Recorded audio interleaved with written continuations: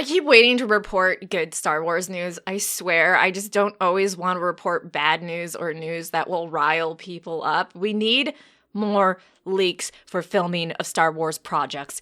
Please, I need more positivity in my life. Anyways, here's Papa Palpatine. I love him so much.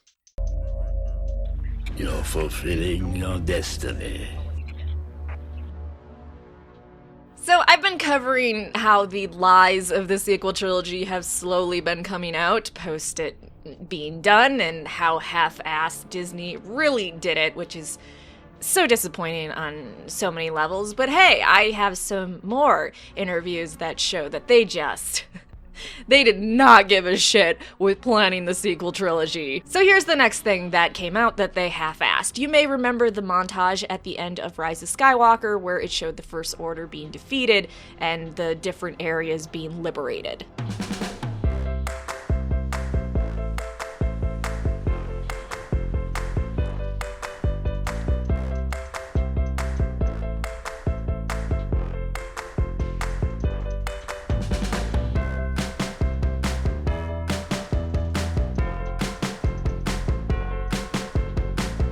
Apparently this was also planned last minute, so an ILM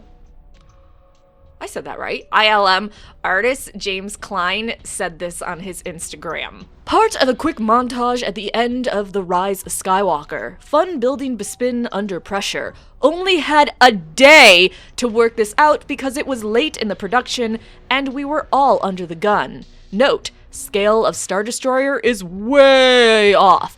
Mainly because the team was looking for a dramatic composition. It kind of makes me wonder, what were they planning for the end of The Rise of the Skywalker? Like, did they not have it planned out the First Order would be destroyed? Because I think that would have been a fun twist if originally they were like, oh, the First Order is gonna succeed and Rey is gonna join Kylo and we're gonna have a Dark Emperor and Empress. Hot.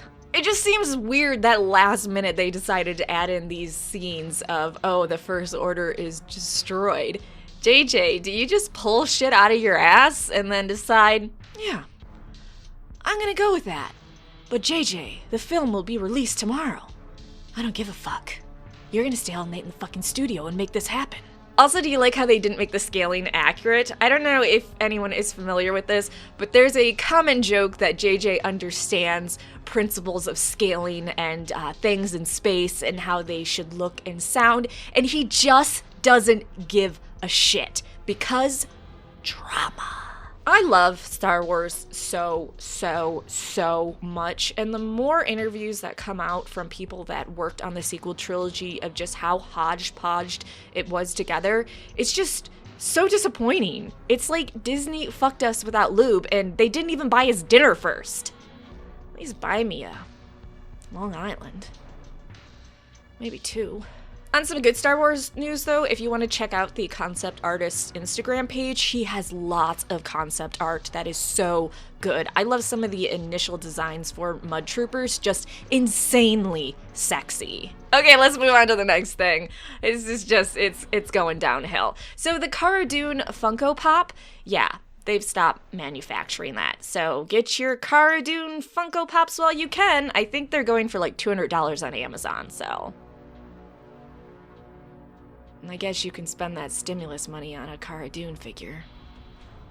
Or 6?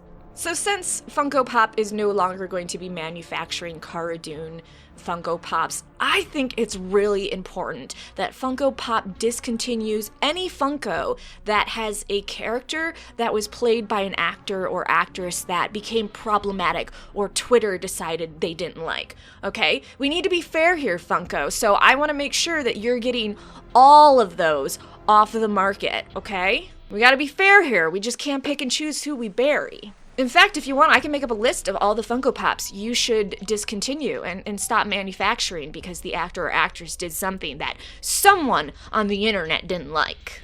I'm still so pissed. One of the rare times we see a tank of a woman, a brawler who looks like a brawler that is a woman, and just gone. Just erased.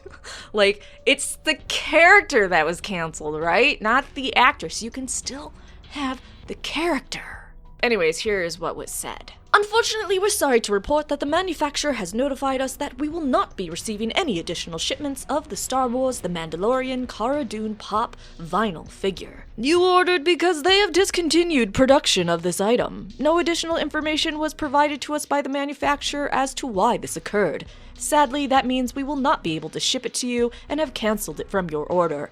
We apologize for any inconvenience this causes. Why can't we keep the character around in other canon? I mean, you don't have to have Gina Carano play Cara Dune anymore. We don't have to have a live-action Cara Dune, but to just erase her is really, really creepy. It's kind of like how they're delaying now the visual dictionary for The Mandalorian and the original novel because they're trying to scrub her out of it. It's just creepy. It's creepy when Disney decides that they don't like you, that you disappear. You no longer exist. Anyways, it came out in an interview with Freddie Prinze Jr. that originally the Disney heads didn't want him to voice Kanan in Star Wars Rebels, and it was Dave Filoni. Absolute treasure. Please protect that man at all costs.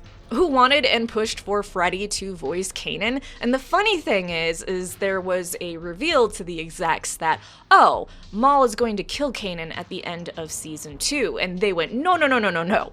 He needs to stay alive, and he needs to be in every episode. So, again, showing that Disney executives need to keep their fucking noses out of things and let people like Jon Favreau and Dave Filoni make creative decisions because they care about Star Wars.